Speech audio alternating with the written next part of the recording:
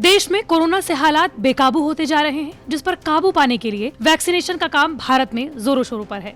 देश में लग रही 2 वैक्सीन कोविशील्ड और कोवैक्सीन है, जो कि राष्ट्रीय टीकाकरण मिशन में शामिल की गई हैं। विशेषज्ञ भी मानते हैं कि वैक्सीन की 2 डोज लेने के 15 दिन बाद शरीर कोरोना के खिलाफ रोग प्रतिरोधक क्षमता पैदा कर लेता है। लेकिन इन तमाम दावों के बीच ऐसी खबर आ रही है जो पूरे वैक्सीनेशन प्रोग्राम और इसको लेकर किए जा रहे दावों पर सवाल खड़े कर देती है। दरअसल छत्तीसगढ़ की राजधानी रायपुर में डॉक्टर सुभाष पांडे की कोरोना से मौत हो गई। वो भी तब जब डॉक्टर पांडे ने जनवरी में कोरोना वैक्सीन की पहली डोज और 28 दिन बाद यानी कि फरवरी में कोरोना की दूसरी डोज ली थी। यानी उन्हें कोरोना की डोज लिए 1.5 महीने से ज्यादा का वक्त बीत चुका था। कोरोना की दोनों डोज लगने के करीब 1.5 महीने बाद ही सुभाष पांडे की कोरोना से मौत हो गई, जो कि वैक्सीन की प्रभावशीलता पर सवाल खड़े करती है। लेकिन हैरान करने वाली बात सिर्फ इतनी नहीं है। डॉक्टर सुभाष पांडे को दूसरी बार कोरोना हुआ था, यानी उन्हें कोरोना का री इन्फेक्शन भी हुआ और उन्होंने कोरोना वैक्सीन की डोज भी ली थी, लेकिन कोरोना आखिरकार उन्हें लील गया। आपको बताते चले कि कोरोना से जुड़े आंकड़े को मीडिया के सामने रखने की जिम्मेदारी डॉक्टर सुभाष पांडे की ही थी। साथ ही सुभाष पांडे छत्तीसगढ़ कोविड-19 नियंत्रण अभियान के राज्य नोडल अधिकारी भी थे। आखिर वैक्सीन लेने के बाद भी कोरोना से कोई संक्रमित कैसे हो सकता है, या फिर वैक्सीन लेने के बाद भी कोरोना से मौत कैसे हो सकती है? सभी को लगा था कि कोविड वैक्सीन के आने के बाद कोरोना से जुड़ी सारी परेशानियां खत्म हो जाएंगी, लेकिन इसके बावजूद भी अब आपको संभल जाने की जरूरत है।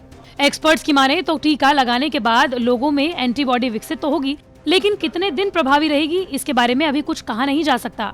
अनुमान है कि एक बार टीका लगवाने पर इसका असर 1 साल तक रहेगा। इसके बाद आपको बूस्ट शॉट लगवाना पड़ेगा।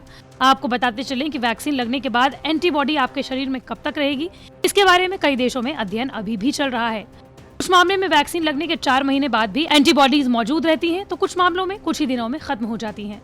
दरअसल कोई भी वैक्सीन कोरोना वायरस के खिलाफ 100% इम्यूनिटी की गारंटी नहीं देती है। इसे आप इस तरीके से ले सकते हैं कि वैक्सीन एक ट्रेनर की तरह होती है, इसलिए टीका लेने के बाद भी आपको कोरोना के खिलाफ नियमों का पालन तो करना ही होगा। ऐसे में हेल्थ एक्सपर्ट्स ने भी साफ किया है कि वैक्सीन लेने के बाद हुई मौतों के सीधे तौर पर वैक्सीन को जिम्मेदार नहीं ठहराया जा सकता। एक्सपर्ट्स का कहना है कि जिन लोगों की मौत हुई है वो किसी न किसी बीमारी से ग्रसित थे। साथ ही कोरोना वायरस के जो नए वेरिएंट सामने आ रहे हैं वो मुश्किलों को और बढ़ा रहे हैं। कई वैक्सीन किसी कोरोना के प्रकार पर काम तक नहीं करती। आपको बताते चलें कि इससे पहले साउथ अफ्रीका का कोरोना वायरस का जो वेरिएंट पाया गया था, उस पर एस्ट्राजेनेका वैक्सीन के काम न कर पाने की भी खबर थी। हालांकि एक्सपर्ट्स ये कह चुके हैं कि कोरोना की वैक्सीन लगाना वैक्सीन ना लगाने से कहीं ज्यादा उपयोगी है। एक्सपर्ट ये भी मानते हैं कि ऑटोप्सी रिपोर्ट से पहले मौत के लिए वैक्सीन को जिम्मेदार ठहराना सही नहीं है। आपको बता दें कि डॉक्टर पांडे की मौत कोरोना से हुई। वो हाइपरटेंशन और डायबिटीज के मरीज थे। डॉक्टर पांडे की पत्नी, बेटा और बेटी भी डॉक्टर हैं। डॉक्टर पांडे स्वतंत्रता संग्राम सेनानी स्वर्गीय JN पांडे के बेटे थे।